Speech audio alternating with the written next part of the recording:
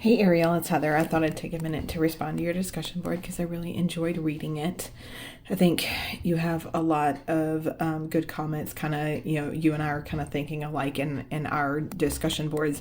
When you really think about, the starting theories of psychology, you're bringing up, from narrative to, of course, the lovely psychoanalytic. I always say thank the Lord that people kind of left Freud, kind of digged a little bit deeper. Ultimately, I think what you're pointing out is really good. I do think that, like, yes, Christians, can of course use scripture, and of course I work for a counseling center, but we've had a lot of people ask us, because we're Christian counselors, like, why do you just not do nouthetic and like just straight scripture? And I always tell them, like, look, that's nouthetic is good, and incorporating scripture is a good idea, but at the same time also adding in, let's talk about where your thoughts come from. Let's talk about, some of these theories. Interesting enough, I use cognitive behavioral therapy, and the Bible talks so much about guard your mind and guard your heart.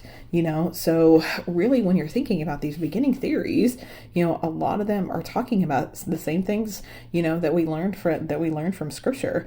I like how you talk about, of course, Romans 12:2, don't conform to the patterns of the world. I'm going to attach one of my references to this really, really good article talking about really, it's called reflective practice.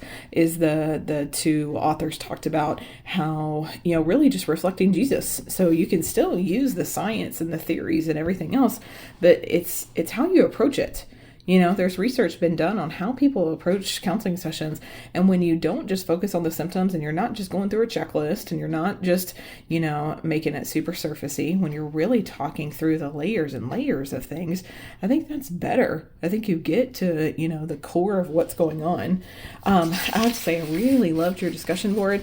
The sentence that you wrote, like, we can safely assume that every psychological observation of human cognition and emotional processes and the interventions and psychological tools derived from these observations will only help us to attain the emotional and relational health that we desire, and will not be a contradiction of God's will for our lives. I think it's really good. I think it's really good that you're observing not only the psychological and the spiritual. I really like how you draw everything together, because you're kind of asking, at the end, why wouldn't Christian professionals use psychological theories for their clients? You're right. Instead of focusing on the flaws, and instead of focusing on the framework of everything, there's so many layers. There's the structure, there's the foundation. So I do think that they can go together, just like we've been talking about, in class, like you said, like finding that common ground. I found a research article too that talks about, like, hey, that compassion, in session, that really, really listening to the person and not just, diagnosing them per se. There's so much more that we can find out, and I think it's just meeting them where they're at, which is exactly what Jesus did. Thank goodness. I really enjoyed reading it, your discussion board. I hope you're having a great week. Talk to you soon. See you in class.